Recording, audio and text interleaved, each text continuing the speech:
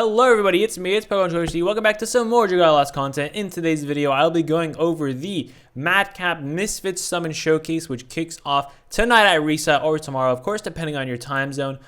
This is the brand new showcase for the Kindness and Captivity rerun raid event.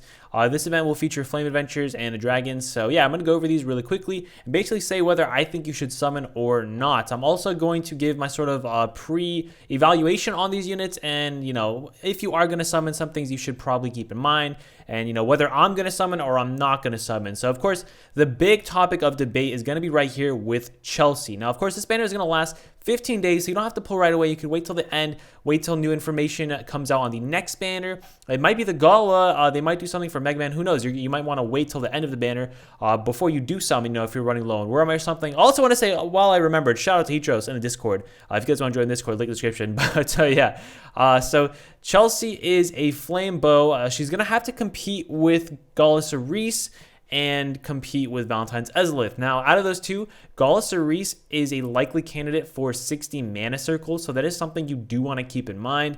As well as Chelsea and Cerise are both pretty similar in terms of waifu designs. So, like, if you already have one, do you really need the other one if you're just summoning strictly for waifu? It's another thing.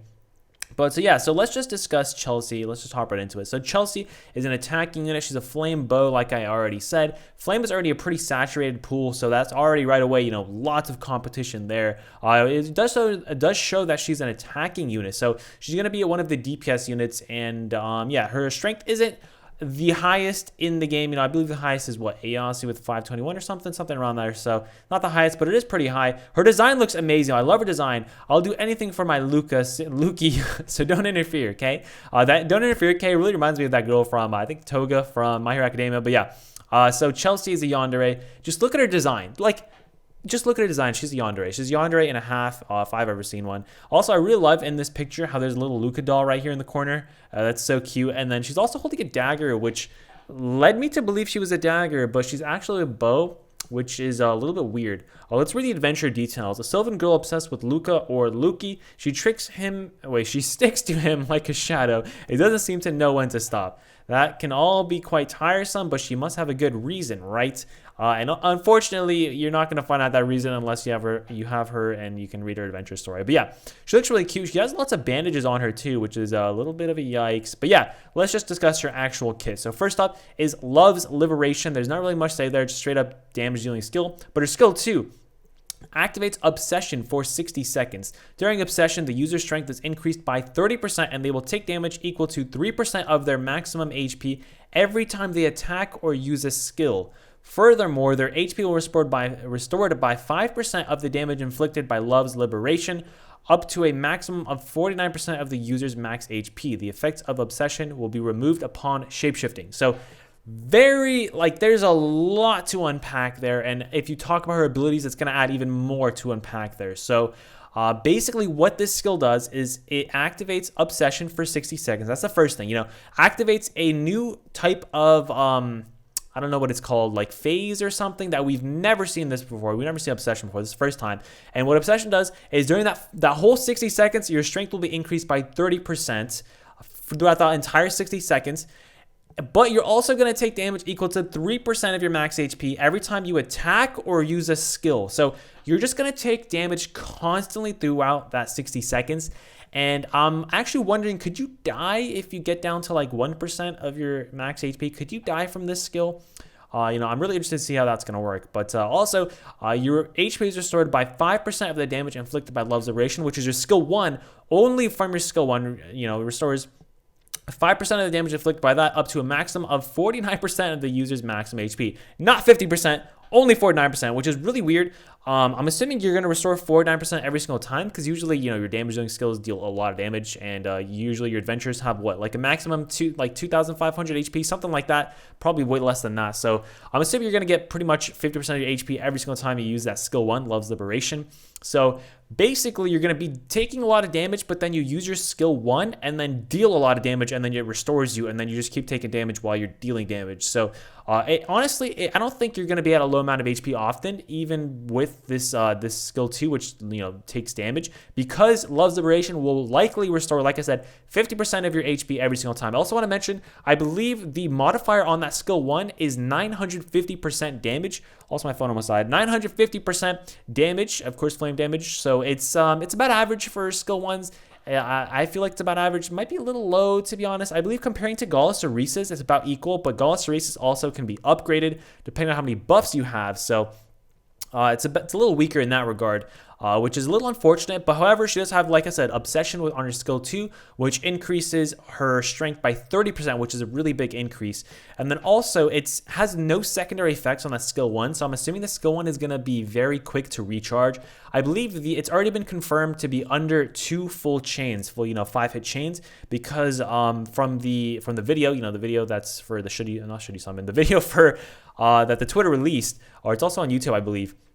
That video, she charged up her skills pretty fast when she's attacking. So I believe it's already confirmed under 2 full chains, which is really good. And of course, you can stack skill haste on her, and it's going to be even quicker. I believe the best Wyrmprints for her, since she does take damage, is not going to be Resigning Rendition. It's probably going to be like Forced Bonds and something else, maybe something skill haste related, because of course, getting out that skill 1 more quickly is probably going to be better. So that's what I can see at least. And of course, Obsession is removed if you shapeshift, but of course that doesn't really like take into like shapeshifting. You're gonna shapeshift maybe once a fight. And also, I'm curious to see how often Bruiser Bliss will be activated per fights. Like, I want to know how high the SP cost is gonna be. Also, can you recharge Bruiser Bliss while that 60 seconds is going on? That's another thing that I'm really interested to know. I'm assuming you cannot, because I believe Albert's skill 2, you cannot charge it up while it's currently activated. So that's what I'm assuming this skill is going to be like. And if that is the case, that is very unfortunate. You're probably going to only get it off once, maybe twice a fight. Depends if it's a high dragon, maybe twice. But if it's not a high dragon like Mercurial Gauntlet, you're only really going to get it off once. Code abilities, of course, skill haste, and her abilities, HP below 30% equals strength and attack rate 3. This is just like Natalie's skill, I believe.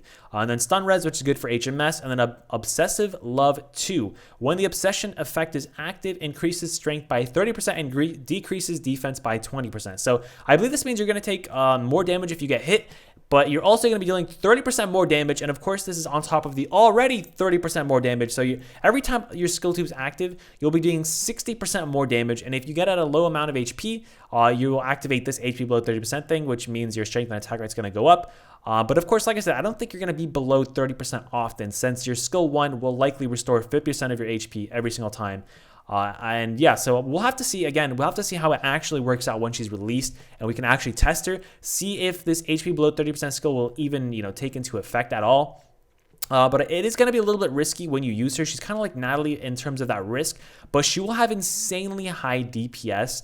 Just from her skill 2, she'll have insanely high DPS. Like, she might even beat Gaulosaurus, even though Gaulosaurus buffs your entire team on DPS, because of how strong her skill 2 really is. Every time the skill 2 is up, you'll have 60% extra damage, which is so high. When you use that skill 1, it's going to be doing so much more damage, and of course, it's already a low SP.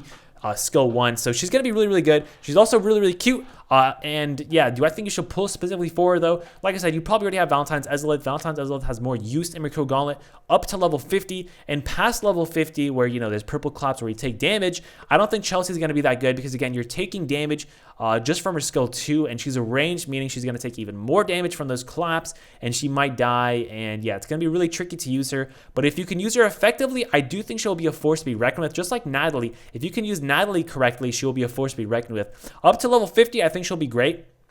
But after level 50, that's going to be where the real struggle comes in when using Chelsea. Of course, you could use her, like, depends. I think they're going to release a Wyrmprint that's going to be good for low HP adventures, since we're getting Chelsea, which is going to really help Chelsea as well as Natalie out. I really hope we get that. If we do get that, it would make them both so much better. But yeah, we'll have to see. Overall, I think she's going to be really, really good. They haven't released a bad unit in a long time, so I really do expect Chelsea to be very good. But again, her kit is very tricky and very tough to use. But if you can use her effectively, I think she'll be really strong. Again, we'll have to see, because since her skill 1 is a very low modifier, but I do think it will balance out from Obsessive Love and, of course, her skill 2 Obsession. But again, if it's a really high SP cost for that skill 2, it might not be that good, because again, you might not want to just waste a Wyrmprint slot on Chocolatiers. So again, we'll have to see once it's actually released. You technically could, because you can run Forced Bonds and Chocolatiers. But yeah, we'll have to see everything once the calcs are out. I'll discuss it more in depth probably in the meta talk video that I make in the future. But she's a waifu for sure. She's a waifu for sure. Now, next up we have Kagutsuchi, which is the new flame dragon we're getting. Now, this is basically just like Hastur. It's Hastur, but for flame. So his design looks really cool, actually. He looks kind of like... I don't know, kind of like, he looks kind of like Apollo. Is that just me? Just a little bit, but he's like more of a dragon. So, yeah, anyways, his skill, what it does is deals flame damage to surrounding enemies and inflicts burn, which is good.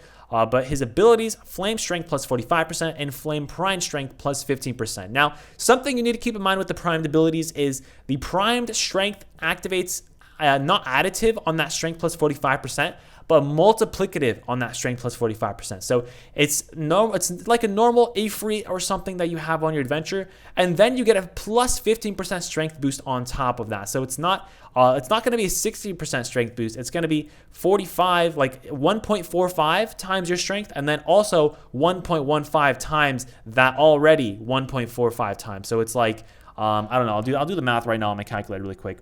Let me pull up the calculator. So let's say your strength is 100. It's not going to go up to 160. It's going to go 100 times 1.45, which is 145, times 1.15, which is 166. So you're going to have 166 strength with that on. And of course, you could also use it on a different... Also, the video is playing. Nope, pause the video. Okay. I have the video playing for the Twitter video for, for the next adventure that we're going to talk about. But you could use them on your AI unit, and then of course the prime strength will go onto the unit you're actually controlling, which is a really big thing for solo. That's going to be really, really helpful if you're trying to solo like expert high dragons or even standard high dragons, whatever you're trying to do. For Miracle Gauntlet as well, it's going to be a big buff. Like, I think this is going to be great to have on Valentine's Ezolith. Of course, past level 51, not really going to have a good use.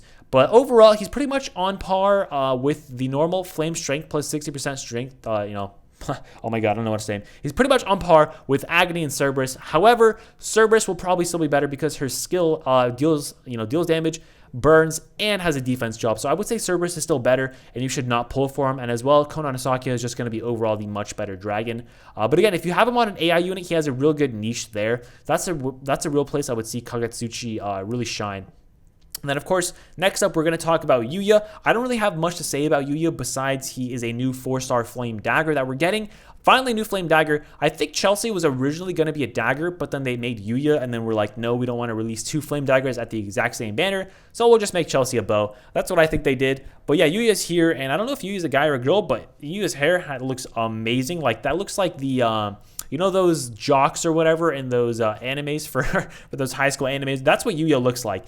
Yuya's design looks really cool, and skill 1 is absolutely insane. The animation for the skill 1, I love it. Skill 2 is also a defense buff, which is really interesting. She'll probably pair well with Chelsea if, there's those chasers for HMS that Chelsea needs to survive, or maybe Miracle Gauntlet hits or something. I don't know. She'll probably pair really well with that. Also pairs well with Ramona because, again, double buff shenanigans will be really helpful. And, of course, that crit rate up co-ability will also be really nice.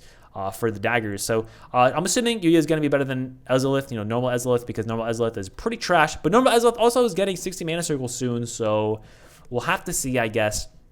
Overall, to support units, so I don't expect too much DPS from Yuya personally. However, like I said, the support capabilities that Yuya provides is very nice. So overall, do I think you should summon on this banner? My answer is no, it is not a limited banner. Even though Chelsea's good, you probably already have Valentine's Ezolith, and also you don't really need too many great flame adventures because, again, the flame content, the adventure that you need flame adventures for in the game, it's not really too hard. HMS, it's pretty easy overall.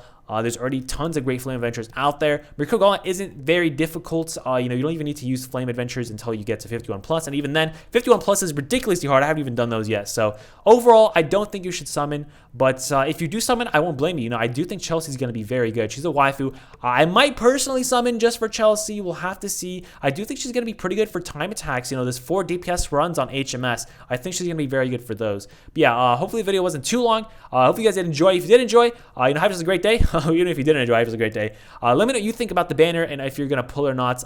What's your analysis on Chelsea? Chelsea's a real topic of debate. How good do you think Chelsea will be? You think she's going to be Natalie 2.0 or not quite? I talked pretty fast this entire video. But yeah, I'll also be streaming today at 1 p.m. PT, so Pacific time. See you guys there. Have yourselves a great day. Until next time, have a nice trip.